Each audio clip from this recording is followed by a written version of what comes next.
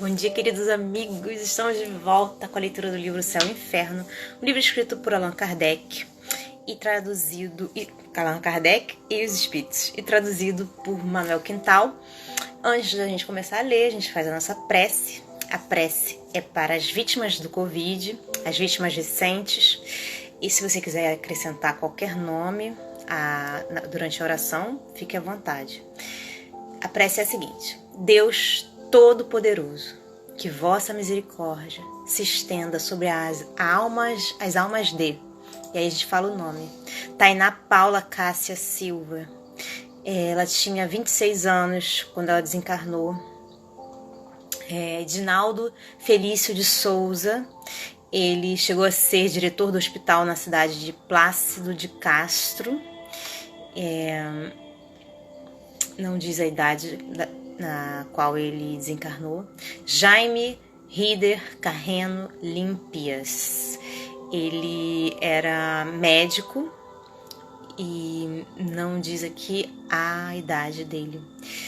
Elson Tavares de Freitas, ele desencarnou aos 75 anos, ocupou o cargo público por 4 mandatos e era empresário do agronegócio. Agostinho Tadeu Freire, ele era ex-prefeito de Perdões, Minas Gerais. Ele desencarnou aos 74 anos. José Rafael Abraão desencarnou aos 68 anos. Ele também foi médico e político. Antônio Pereira de Aquino, ele era secretário de obras de Epitaciolândia. Ele desencarnou aos 46 anos. João Alberto era um desportista acreano, desencarnou aos 57 anos. Jorge Luiz dos Reis Oliveira, ele era ex-vice-prefeito de Perdões, Minas Gerais. Não diz a idade dele. Laurence Uamani Álvares. Não diz... ele desencarnou aos 55 anos. Ele era médico oftalmologista. Amoisio Severiano de Freitas Júnior. Ele desencarnou aos 46 anos, era policial civil. Tarcísio Pereira foi fundador da livraria Livro 7. Não diz a idade dele. Leônides da Silva e Glória de Fátima da Silva. Eles foram casados há 45 anos. Ele desencarnou. Leônides desencarnou aos 66 anos e Glória aos 64. Danilo de Souza desencarnou aos 37 anos. Ele era professor de Cruzeiro do Sul, interior do Acre. Anis Freire Silva desencarnou aos 38 anos. Ele era um vendedor. Nair e João Poderoso. Eles eram um casal, né? João desencarnou aos 74 anos. E Nair desencarnou aos 72 anos. Ivan Melo, ele foi o segundo vereador mais votado, né, das eleições municipais de 2020. Desencarnou aos 53 anos. Luiz Alberto Maguito Vilela, ex-governador de Goiás e prefeito licenciado de Goiânia. Desencarnou aos 71 anos. Altemir Chaves Nunes Sampaio desencarnou aos 56 anos. Rafael Acioli era jornalista e produtor, desencarnou aos 36 anos. Stanley Guzmán, apresentador, ele desencarnou aos 49 anos. Niver Fischer, empresário, desencarnou aos 78 anos. Genival Lacerda, cantor, ele desencarnou aos 89 anos. João Constâncio Albuquerque Filho, desencarnou aos 60 anos. Ele era vice-presidente da Associação Médica no município de Jaraguá. Bom, gente, ficamos com esses nomes por hoje, tá? Deus Todo-Poderoso, que vossa misericórdia se estenda sobre a alma dessas pessoas que acabas de chamar para vós. Possam ser contadas em seu favor as provas por que passaram na terra, e as nossas preces abrandar e abreviar as penas que ainda tenham de sofrer como espírito. Vós, bons espíritos, que viestes receber essas criaturas, e vós, sobretudo, que sois seus anjos guardiões, assisti-as, ajudando-as a se despojar da matéria. Dai-lhes a luz necessária e a consciência de si mesmas, a fim de se livrarem da perturbação que acompanha a passagem da vida corporal para a vida espiritual. Inspirai-lhes o arrependimento de suas faltas e o desejo de repará-las, para apressar o seu progresso rumo à eterna bem-aventurança. A vós, e aí a gente fala novamente o nome das pessoas: João Constâncio Albuquerque Filho, Genival Lacerda, Niver Fischer, Stanley Guzmán, Rafael Acioli, Altemir Chaves Nunes Sampaio, Luiz Alberto Maguito Vilela, Ivan Melo, Nair João Poderoso, Anis Freire Silva, Danilo de Souza, Leônides da Silva e Glória de Fátima da Silva, Tarcísio Pereira, Amoísio Severiano de Freitas Júnior, Laurence Uamani Álvares, Jorge Luiz dos Reis Oliveira, João Alberto, Antônio Pereira de Aquino, José Rafael Abraão, Agostinho Tadeu Freire, Elson Tavares de Freitas, Jaime Rider Carreno Limpias, Edinaldo Felício de Souza, Tainá Paula Cássia. A vós, meus amigos, que acabam de entrar no mundo dos espíritos, quero dizer que, não obstante, aqui encontra entre nós, e nos veem e nos ouvem, pois apenas deixastes o corpo perecível, que logo será reduzido a poeira. Vocês deixaram também o envoltório grosseiro, sujeito às vicissitudes e à morte, e conservaram apenas os envoltórios eternos, imperecíveis e inacessíveis aos sofrimentos materiais. Se vocês não vivem mais pelo corpo, vivem, entretanto, pelo espírito, e essa vida espiritual está isenta das misérias que afligem a humanidade. Vocês não têm mais sobre os olhos o véu que nos oculta os esplendores da vida futura. Vocês podem agora contemplar novas maravilhas, enquanto nós continuamos mergulhados nas trevas. Vocês vão percorrer o espaço e visitar os mundos em plena liberdade, enquanto nós rastejamos penosamente na terra, presos aos nossos corpos materiais, semelhantes a um pesado fardo. Os horizontes do infinito se desvendarão diante de vós, e ao ver tanta grandeza vocês compreenderão a vaidade das ambições terrenas, das nossas aspirações mundanas e das alegrias fúteis a que os homens se entregam. A morte para os homens é apenas uma separação momentânea no plano material, do exílio em que ainda nos mantém a vontade de Deus, os deveres que ainda temos de cumprir neste mundo. Nós vos seguiremos pelo pensamento, até o momento em que nos seja permitido juntar-nos novamente convosco, como agora vocês se reúnem aos que vos precederam. Não podemos ir ao vosso encalço, mas podem vir até nós. Vem, pois, atender os que vos amam e que também amastes. Ampara-os nas provas da vida. Vela pelos que vos são caros. Protege-os segundo as vossas possibilidades. Suaviza-lhes as amarguras da saudade, sugerindo-lhes o pensamento de que estão agora mais felizes e a consoladora certeza de que um dia estarão todos reunidos num mundo melhor. No mundo em que vocês estão, todos os ressentimentos terrenos devem extinguir-se. Que vocês possam, para a vossa felicidade futura, permanecer agora inacessíveis a eles. Perdoem, pois, a todos os que possam ter cometido faltas para convosco, como aqueles para os quais errastes, também vos perdoo. Obrigada. Bom, gente, então a gente volta para nossa leitura do livro Céu e Inferno, e a gente está na parte na qual os espíritos infelizes vêm nos dar o depoimento deles, né, de como está a situação de cada um deles. E hoje a gente vai ouvi a situação da Lisbeth. Essa comunicação foi dada em Bordeaux, dia 13 de fevereiro, em 1862. Um espírito sofredor inscreve-se com o nome de Lisbeth.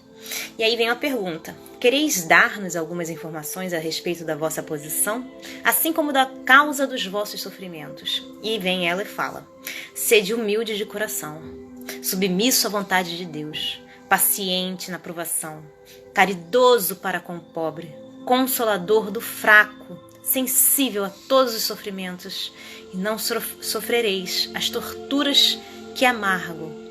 Pergunta: pareceis sentir as falhas decorrentes de contrário procedimento. O arrependimento deverá dar-vos alívio? Resposta: não. O arrependimento é inútil quando apenas produzido pelo sofrimento.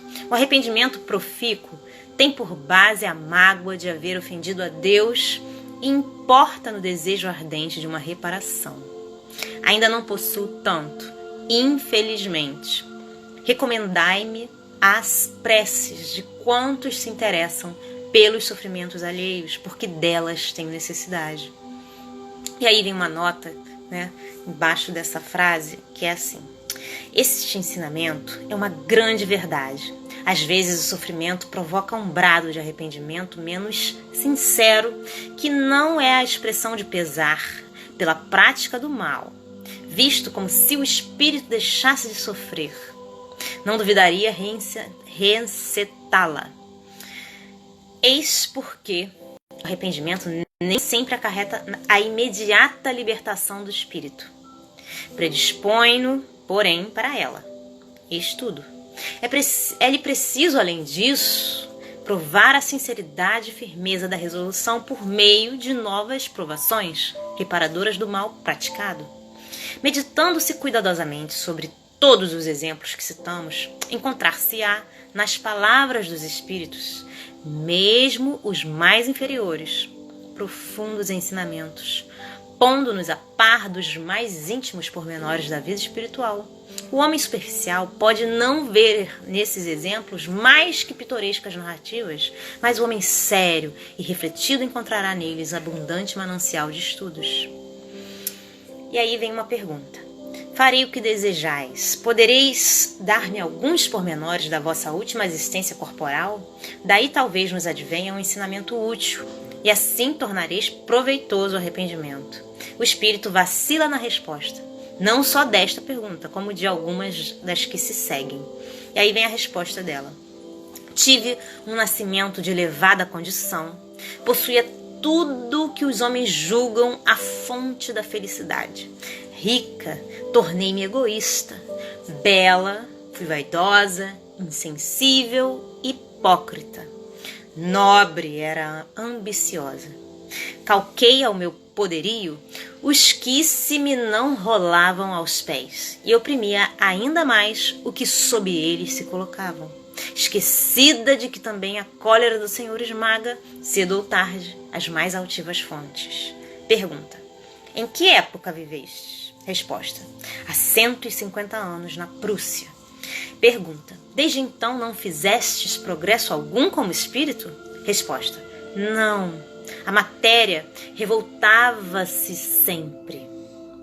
E tu não podes avaliar a influência que ela ainda exerce sobre mim, a despeito da separação do corpo. O orgulho agrilhoa-nos a brônzeas cadeias, cujos anéis mais e mais comprimem o mísero que lhe hipoteca o coração. O orgulho, hidra de 100 cabeças. E a hidra, ele fala em nota que é a alusão à hidra de Lerna, tá? O orgulho, hidra de 100 cabeças, a renovarem-se incessantes, modulando silvos empeçonhados que chegam a parecer celeste harmonia. O orgulho, esse demônio multiforme que se amolda a todas as aberrações do espírito, que se oculta em todos os refolhos do coração, que penetra as velas, que absorve e arrasta as trevas da eterna jena. Ó, sim, eterna. E aí vem uma nota embaixo dessa fala do espírito, que é a seguinte: provavelmente o espírito diz não ter feito progresso algum por ser a sua situação sempre penosa. A maneira pela qual descreve o orgulho e lhe deplora as consequências é, incontestavelmente, um progresso. Certo, quando encarnado e mesmo logo após a morte, ele não poderia raciocinar assim. Compreende o mal, o que já é alguma coisa, e a coragem e o propósito de o evitar lhe advirão mais tarde. E vem uma pergunta para ela. Deus é muito bom para condenar seus filhos a penas eternas. Confiai na sua misericórdia. Aí ela responde o seguinte: dizem que isto pode ter um termo, mas onde e quando? Há muito que o procuro e só vejo sofrimento, sempre, sempre, sempre. Pergunta: como viestes hoje aqui? Resposta: conduzida por um espírito que me acompanha muitas vezes. Pergunta: desde quando vedes a esse espírito? Resposta: não há muito tempo. Pergunta: e desde quando tendes consciência das faltas que cometestes? Resposta: depois de longa reflexão. Sim, tendes razão. Foi daí para cá que principiei a vê-lo. Pergunta: compreendeis agora a relação existente entre o arrependimento e o auxílio prestado por vosso protetor? Tomai por origem esse apoio, o amor, desse apoio, o amor de Deus, cujo fim será o seu perdão e misericórdia infinitos. Resposta: oh, como desejaria que assim fosse. E aí vem outra frase, deve ser de outro espírito. Creio poder comprometer-vo-lo no nome, aliás, sacratíssimo daquele que jamais foi surdo à voz dos filhos aflitos. E aí vem uma pergunta: pedi de coração e sereis ouvida. Resposta: não posso, tenho medo. E aí vem alguém, eu acho que é algum outro espírito, que fala embaixo dela: oremos juntos, ele nos atenderá. Depois da prece, né? Ainda estás aí?